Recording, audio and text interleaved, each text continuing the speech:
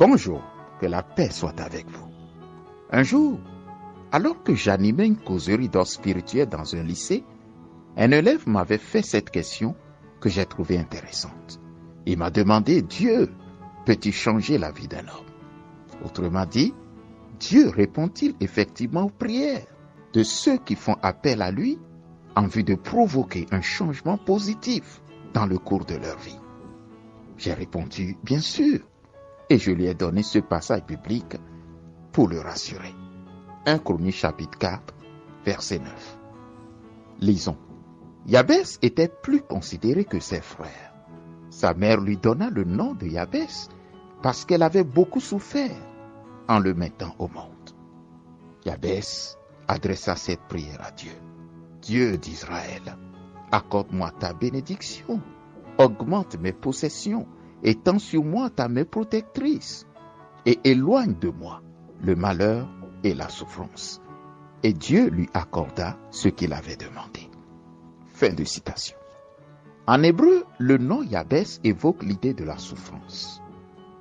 C'est comme cette femme qui met son enfant au monde et lui donne le nom souffrance.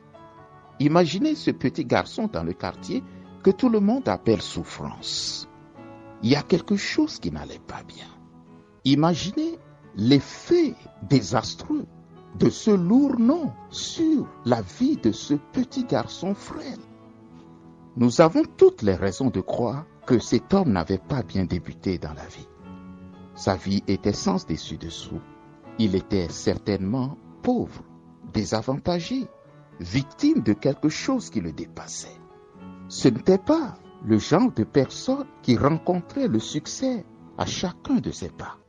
Il avait peut-être des problèmes insolubles dans ses relations, dans son travail. La Bible ne nous donne pas des détails sur ce qu'il souffrait, sur les malheurs qu'il épouvantait.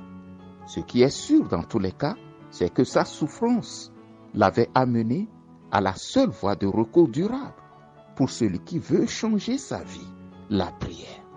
Cet homme avait prié à Dieu avec ferveur de le préserver du malheur et de la souffrance. La Bible nous dit, et Dieu exauça sa prière. Il devint par la suite plus considéré que ses frères, qui, auparavant, par rapport à lui, avaient des situations meilleures. Cette petite histoire nous montre que dans l'ancienne alliance, Dieu était déjà disposé à répondre aux prières. Voyons ce que le Seigneur Jésus en dit dans la nouvelle alliance. Un jour, le Seigneur Jésus priait en un certain endroit. Lorsqu'il finit de prier, un de ses disciples lui dit, « Seigneur, enseigne-nous à prier. » Luc 11, verset 2. Il faut noter que celui qui faisait cette requête était un religieux qui, en bon juif, avait l'habitude de prier selon la loi de Moïse et selon les rites judaïques. Mais en Jésus, les disciples avaient trouvé un rabbi dont les prières produisaient des résultats. Jésus n'était pas comme leur maître de la loi. Chaque fois qu'il priait, il y avait un miracle. Ces prières n'étaient pas une sorte de routine religieuse journalière.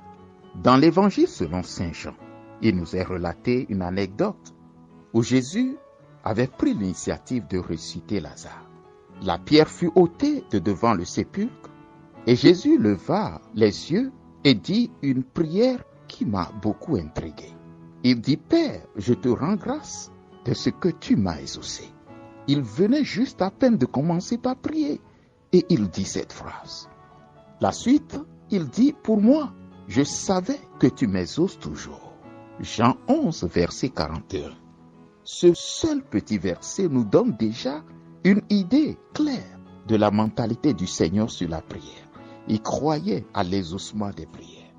Et nous comprendrons alors la portée de ces paroles quand il disait aux disciples et à nous aujourd'hui, « Demandez et vous recevrez, cherchez et vous trouverez, frappez et l'on vous ouvrira la porte, car quiconque demande reçoit, et celui qui cherche trouve, et l'on ouvre la porte à celui qui frappe. » Y a-t-il quelqu'un parmi vous qui donne à son fils une pierre s'il lui demande du pain, ou qui lui donne un serpent lorsqu'il lui demande un poisson.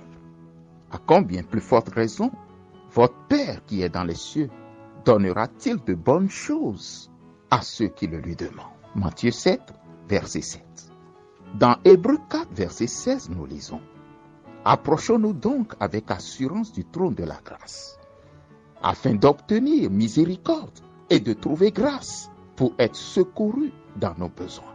En conclusion, la prière peut faire bouger le ciel en votre faveur. Votre prière adressée à Dieu peut rendre disponible pour vous des grâces qui sur terre dans votre vie se présenteront sous la forme d'opportunités que vous aurez à saisir et à exploiter pour votre bien. Que l'Éternel vous bénisse et vous donne la paix. Si vous n'êtes pas encore abonné à la chaîne, abonnez-vous et activez la cloche de notification pour recevoir plus de vidéos de ce genre. Partagez le message et likez. Cela nous encourage. À très bientôt.